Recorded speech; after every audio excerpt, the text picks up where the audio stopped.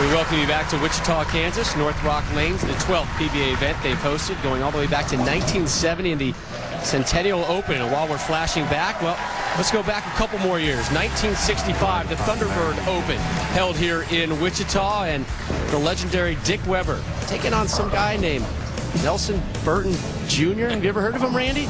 Yes, I have. Big fan, too. Two future Hall of Famers, and Dick Weber winning at 218-177 to win his 14th PBA title. He even picked up that 5-7 split to boot. And we welcome you back inside live here at North Rock Lanes. ESPN's continuing live coverage of the PBA World Championship. Bo Burton was just 22 when Mr. Weber won that tournament. And if you had to ask bowling fans how they remember Bo Burton best by, it would not be the Buddy Holly glasses. It would be either his 18 career titles, including the 1978 U.S. Open. They might also add his 23 seasons as part of ABC's coverage of the PBA Tour. I think that's where I remember you. I'm a little bit younger than I probably need to be over here, but I'll tell you, sitting next to you, Bo, I'm learning bowling through osmosis. Just having you here. It's wonderful to have you here. Well, Rob, don't cut yourself short. You're very knowledgeable. I watch the telecast all the time. Last week it was a great show with LeBron James setting it up in the ninth frame for Jason Couch to put it away against Chris Barnes and Chris Paul. So good stuff, and I'm looking forward to this season. We're going to put you to work. Well, I'll tell you, it's quite an honor just to be sitting next to you, especially in this environment. Let's talk about the new changes that are taking place this season on the PBA Tour. We've got some format changes, some event changes. There's going to be a tournament where the players can only use a plastic bowling ball, an ultimate shootout scoring event. Give us your thoughts. Well, Randy, I always enjoy the PBA Tour, but what Tom Clark and Fred Schreier have come up with this year is very innovative. It's going to be great for the fans and for the players, and I'll give you a couple of reasons why. Number one, it gives you guys a little more to talk about. Number two, I like the ultimate shootout. You know, all of us at home, and I still bowl league, bowl on house conditions if you have to. And the house conditions are 20 to 30 pins easier than the PBA Tour. I've been both places, and it's tough out here. What they're going to do is put out the house shot. The pros will go wild. They'll just knock 300s to death out here. And you know what I like? The plastic ball tournament. The plastic ball, we're going to run the top 50 of all times here during this next 11 weeks. The plastic ball era is where many of those top 50 players came from. They bowled in the late 60s with the plastic ball, the 70s, on into the 80s. It's going to be a great season. And, Bo, I've bowled with you just as recently as about a month ago. You still got a kid. Jupiter, Florida Bowling Leagues. Watch out for the ringer over here to our side. We're gonna put you to work. I know you're doing a lot of work for the women's tour, but that microphone is going to be put to good use. Tell us your involvement with the PBA this season. Well, basically, Rob, we put together through the writers and bowling writers and the players over the last year or so the top 50 players in their opinion of the last 50 years. The PBA started in 1958. The first tournament was in Albany. Now we have the 2008 and 2009 season. For the next 11 weeks, we have a special series to commemorate all the top 50 players. And this week, we're starting with the number 46 player, Gary Dickinson. So all you fans at home, for the next 11 weeks and today, watch and enjoy.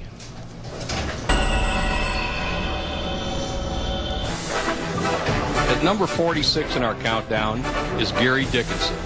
The lanky Hall of Famer amassed 8 titles in his career. The most important of those was a victory in the 1983 U.S. Open, which would be his only win in a major championship. Dickinson, a likable player, is evidenced by his 3 Steve Nagy Sportsmanship Awards, also enjoyed great success on the PBA Senior Tour, where he collected 12 titles and was named Player of the Year 3 times. We begin at number 50 with Bob Strampy, one of the best ever from Detroit, Michigan, tough as nails in the clutch. And number 49, Mika Koivuniemi. The Big Fin has won 2 majors. He's a former Player of the Year and bowled the 17th televised 300 game. The analytical Tommy Hudson at 48, ahead of his time with that release.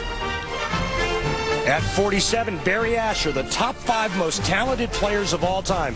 If the shot was in the deep inside part of the lane, that tournament was coming down to 3 players: Jim Godman, Don Johnson, and Barry Asher. The picture of consistency, Gary Dickinson at number 46. Never bowled poorly, not flashy, let his game and his ball do the talking. And at 45, Johnny Gunther, really tough in match play, and as dangerous as he was, he never lost his composure. Very strong mentally, and bowled the second televised 300 game. Again, our thanks to Bo Burton. Look forward to hearing him throughout our season's worth of broadcast. Up next, semifinal number 2. Steve Jaros duels the reigning PBA Player of the Year and former Wichita resident, Chris Barnes.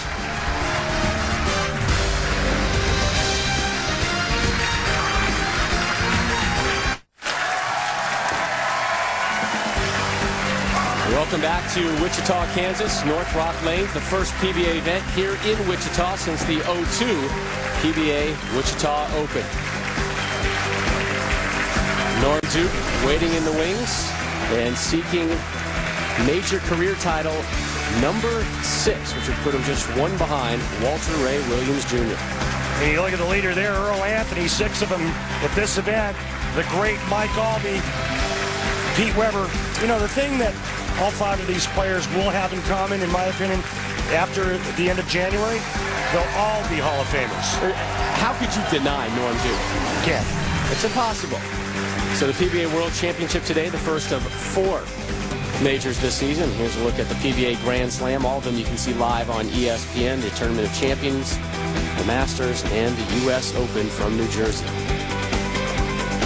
So we begin semifinal number 2. And there's a look at Steve Jaros from Yorkville, Illinois, the western suburbs of Chicago, as he takes on Chris Barnes. Jaros is up first.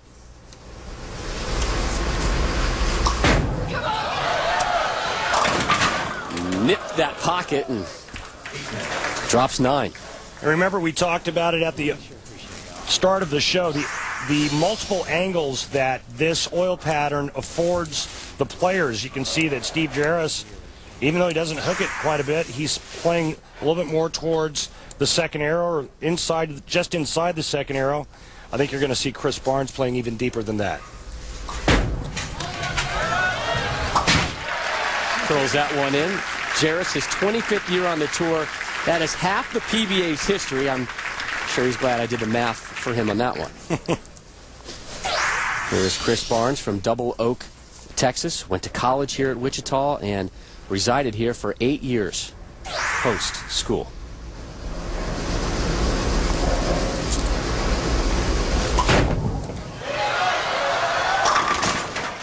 A little heavy on that one. And Chris Barnes already in front of the bar return to play that deep inside angle. I think this is what makes this pattern so great. There are multiple angles that you can play. Early in the week, during qualifying, the majority of the players did play inside. The lanes would get very dry. This is a worn synthetic surface.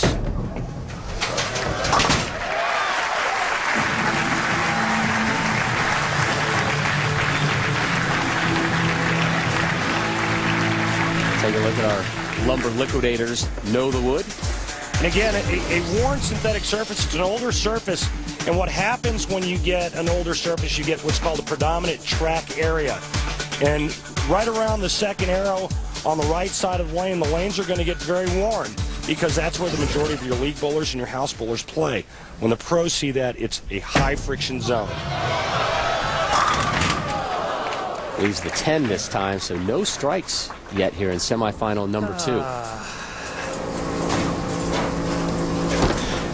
You know, if you're wondering, well, why isn't Chris and Steve Jaros playing where Norm Duke played in the previous match, where he shot 230? Are you wondering that, Ron? I was. Well, I'm going to tell you why after this spare. Wonderful. They can't play there because, first of all, it's a very precise shot, and nobody plays that angle better than Norm Duke, except for maybe one other guy on the planet, and that would be Walter Ray. Here is Jaros, 7 PBA Tour titles, 1 major. He won the 2005 Tournament of Champions.